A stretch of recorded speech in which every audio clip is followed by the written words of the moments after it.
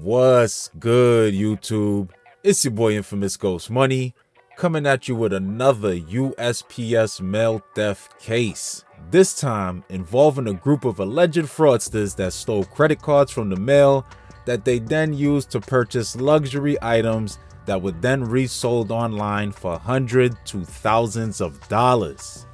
But remember, y'all, these are all accusations.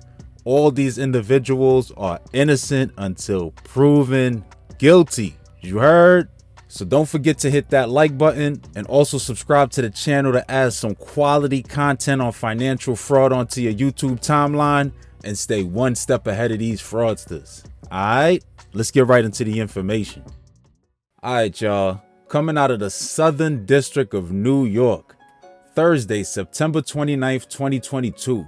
Multiple U.S. Postal Service employees and others were arrested for a $1.3 million fraud scheme. According to the indictment, from between December 2018 to present, the Posse allegedly engaged in a scheme in which they stole hundreds of credit cards from the mail that they then used to purchase luxury goods from high-end retailers that they then resold online for a profit. The 9 individuals called out in the indictment all serve specific purposes in allowing this scheme to work. First, Nathaniel Foucault, Jonathan Persad, and Fabiola Mompoint were mail carriers with the USPS who, over the course of the scheme, allegedly stole the credit cards and other personal information from the mail that was used to make the fraudulent purchases. They would then give these cards to Rashawn Richards, Devon Richards, and Kareem Shepard, who would get the cards activated. And at that point, they would then give the cards to the shoppers, which were Louis Verley and Conrad Heron, who at the direction of Johnny Damas, used the stolen cards to purchase thousands of dollars in luxury items at major retailers across New York and New Jersey. All allegations, y'all. From my review of the paperwork, it seems like Damas was the head of the scheme since he called the shots as to what items was being purchased, and also since they would later be resold on a website called luxurysnob.com that the paperwork indicates Damas operated along with another close associate. Now, I'm gonna be real with y'all. The Ghost knows very little about high flashy fashion and all that drip. So when I checked out the Luxury Snob website, it seems like the company was established on December 2013 and is an online consignment and personal shopping company that was founded by this lovely lady here, Linda D. Apparently, Linda's goal with the Luxury Snob was to create a one-stop shop for fashion lovers who enjoy shopping for luxury items. And it's also very important to note, Luxury Snob does not accept fake or counterfeit merchandise, but if you let this paperwork tell it, they damn sure as hell accept stolen merchandise, that's for sure. Browsing through the company's website and Instagram page, they list tons of the flyest drip and fashion at some pretty hefty prices, if you ask me.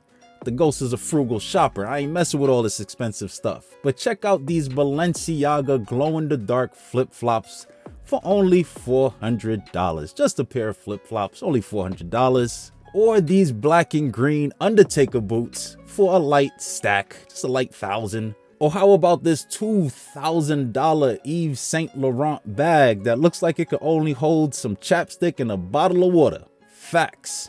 Anyway, according to the case paperwork, the Posse would activate the stolen cards using personal information which they often obtain from online databases. But I wouldn't be shocked if most of the information they needed to activate these cards also came directly from the mail as well. I mean, think about it. These mail carriers was working the same routes day in and day out and stealing mail from the same people every single time. So I have to assume they was also getting their hands on other personal information on these individuals, such as their date of birth, account numbers, and social security numbers. And if you think about it, it really doesn't take much to activate a credit card once you got them 16 digits, the CVV code, and the expiration date. I'm just saying. Once the cards were activated and before the owners could catch on that their cards were stolen, at the direction of Damas, the shoppers purchased specific quantities of high-end items from brands such as Chanel, Fendi, Hermes, and Christian Dior. They was in all the stores. When it rains, it pours. She liked the way that I R.I.P. to Pop Smoke. I had to do it, y'all. Anyway. Louis. According to the indictment, Damis made sure his shoppers were thorough when it came to getting boxes and bags for the items that they illegally purchased, and the shoppers also took extra care to ensure they obtained the certificates of authenticity for all the items they purchased. Because although the items that they was reselling was illegally obtained, they wanted to make sure that they kept their integrity and letting the people they resold it to know that it was real.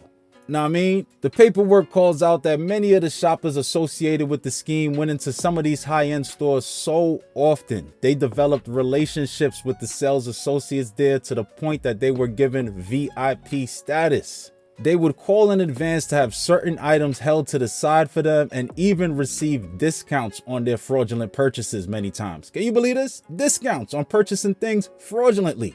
And to make it even more interesting, sometimes the shoppers would coordinate in advance with the sales associates to make sure that once they hit the store and they was balling out of control, they would have a designated associate available to complete all the transactions without asking no questions. I don't know about y'all, but that just seems a little fishy to me and almost seems like some of these store employees was in on it, but I'm just gonna leave that there. Now, once the items were purchased, the shoppers would drop it off over to Damis, who would then work with the owner of the luxury snob websites to post the items for sale. And over the course of the scheme, they stole over 120 credit cards and purchased over $1.3 million in merchandise. Sheesh. Well, as with many stories I cover, their scheme would eventually begin raising some red flags, cause let's be serious, y'all. They were lucky they even got away with doing this for as long as they did, if you ask me, for two main reasons. First, the mail carriers was steady stealing from their routes throughout the scheme. It was only a matter of time before enough complaints came up associated with these specific routes that would lead to the Postal Service investigating it. And second, when it comes to purchasing items in person with stolen credit cards, especially at these bougie ass stores, patterns are going to come up and cameras can easily be reviewed. And based on the relationships that they was forming with these associates, I can only assume several of these employees was being watched. According to the complaint, law enforcement calls out several occasions in which the shoppers made purchases, such as on August 5th, 2019, when one of the shoppers, Heron, used a stolen credit card to make over $11,000 in purchases at a high-end retailer in New York. Also, like I mentioned, the mail carriers must have been getting investigated because law enforcement was aware of several situations in which they were stealing mail, such as on September 9th, 2020, Mom Point, aka Lady Fab, stole several credit cards from a postal facility. Or on November 2nd, 2020, when Nathaniel Foucault transferred a stolen card that he acquired to Richards, who then used the card several days later to make fraudulent purchases. And finally, multiple transactions were called out in the indictment in which Damis exchanged messages with shoppers on which items to purchase, as well as paying them for going into the store to make the illegal purchases. But with all that being said, the Luxury Snobs website and Instagram pages are still up and running, and this case is still actively being investigated. So we're gonna have to wait and see what the outcome is on this one, cause these fashion icons are facing charges of access device fraud, bank fraud, identity theft, and conspiracy to steal the mail. So yeah, it's not looking too good. Anyway though, that's the end of the video, and thank you for tuning in. Remember, if you found value or you were entertained, please hit that like button and also leave a comment with your thoughts below on what you thought of this case. Also, make sure you subscribe to the channel to add some quality, informative, and entertaining content to your YouTube timeline, and stay one step ahead of these fraudsters. All right, peace.